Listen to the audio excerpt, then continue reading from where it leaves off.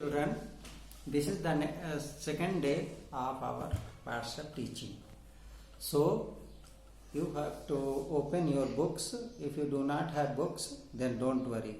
I shall show you all the things. Next, the children selling baskets were sons and daughters. The children selling baskets were sons and daughters of these refugees.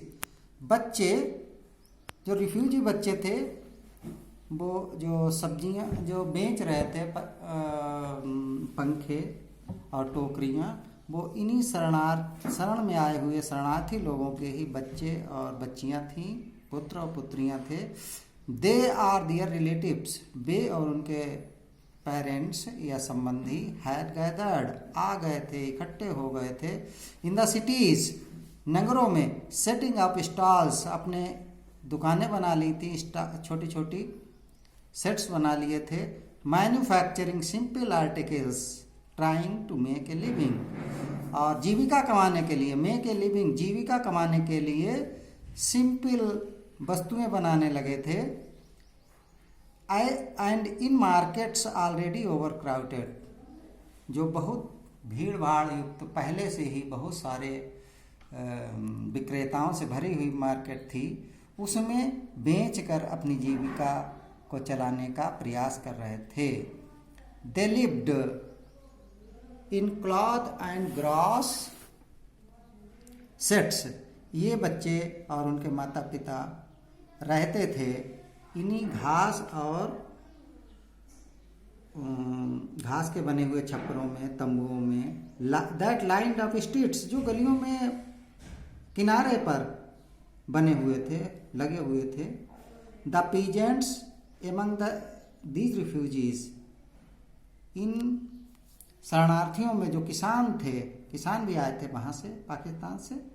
Had been accustomed, जो अभ्यस्त हो गए थे, all दियर lives, अपने जीविका के लिए, जीवन के लिए, पूरी जिंदगी भर के लिए। फॉर एन एनुअल इनकम, उनकी वार्षिक आय of an agricultural family does not exceed, बढ़कर, ज्यादा बढ़कर नहीं होती थी, on the average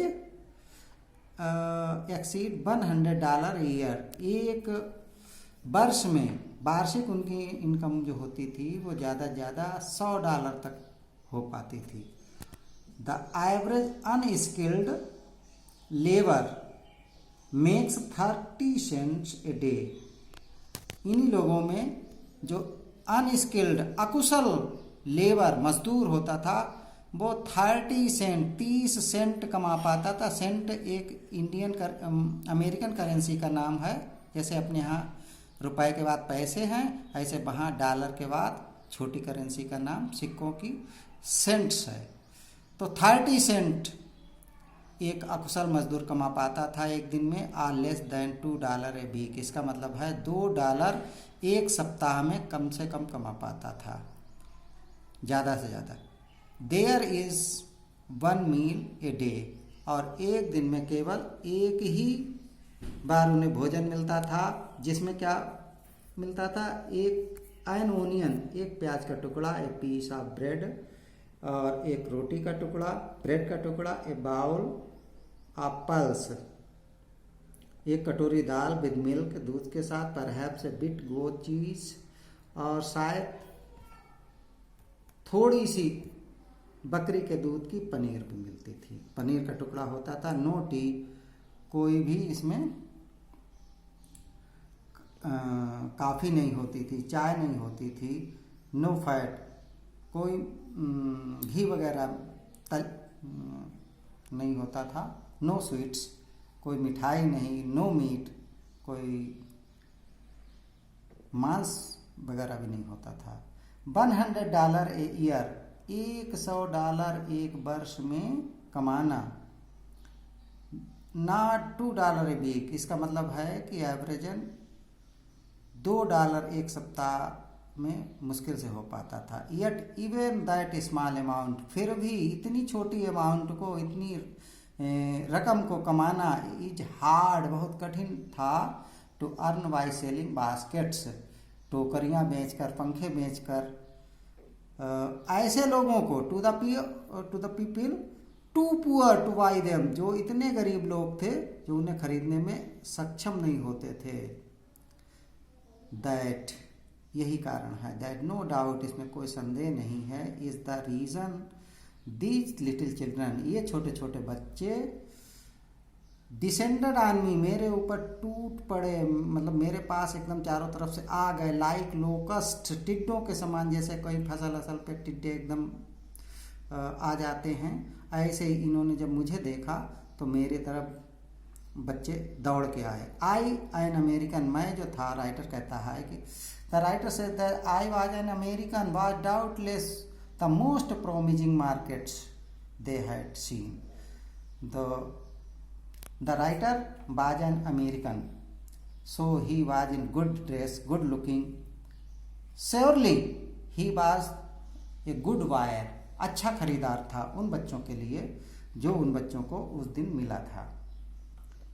I bought one tiny basket for a few आना, मैंने एक छोटी सी, टाइनी मीन्स छोटी, small basket, for a few आना, कुछ आना की, पहले आना 8 आना 4 आने ऐसे करेंसी चलती थी, आजकल तो 1 रुपया 16 आने का है।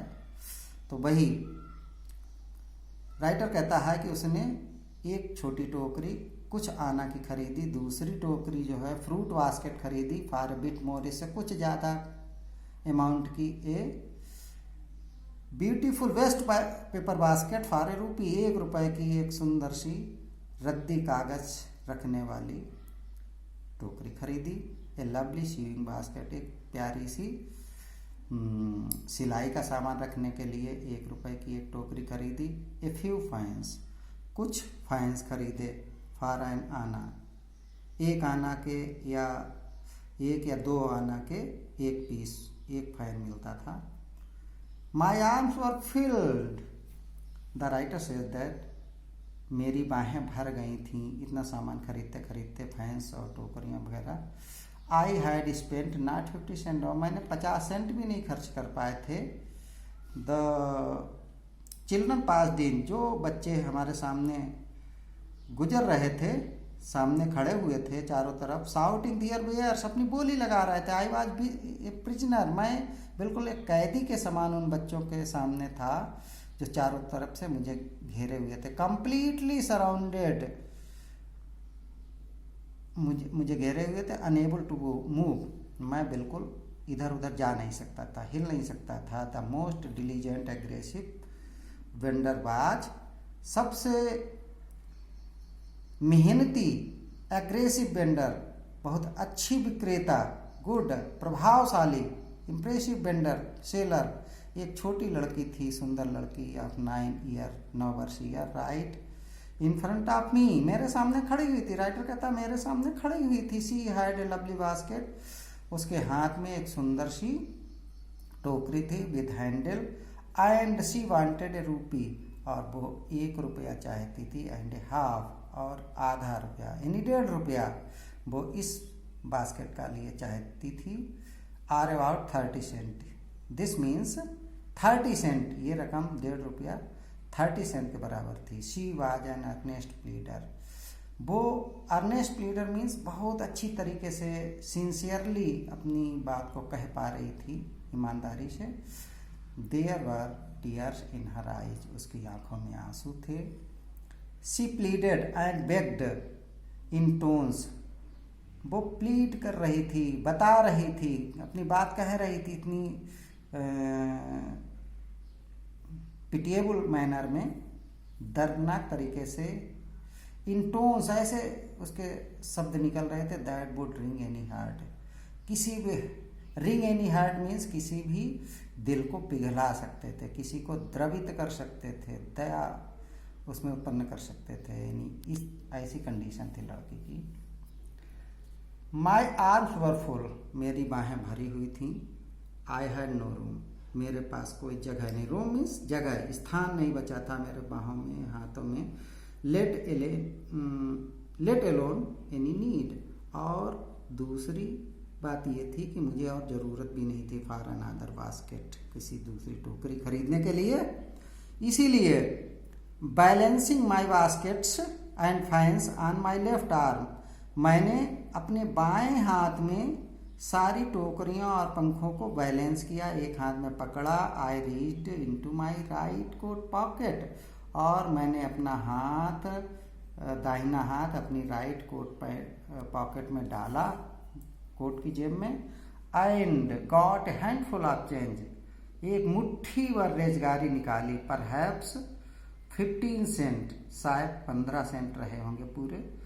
विच आई डिपॉजिटेड इन द बास्केट, जो मैंने डिपॉजिटेड मैंने रख दिए। डिपॉजिटेड, जो लड़की जो सामने बास्केट पकड़े हुए थी, the basket that the young girl held, जो छोटी लड़की, प्यारी लड़की जो अपने हाथों में पकड़े हुए थे, इम्प्लोरिंगली, मेरी तरफ देखते हुए।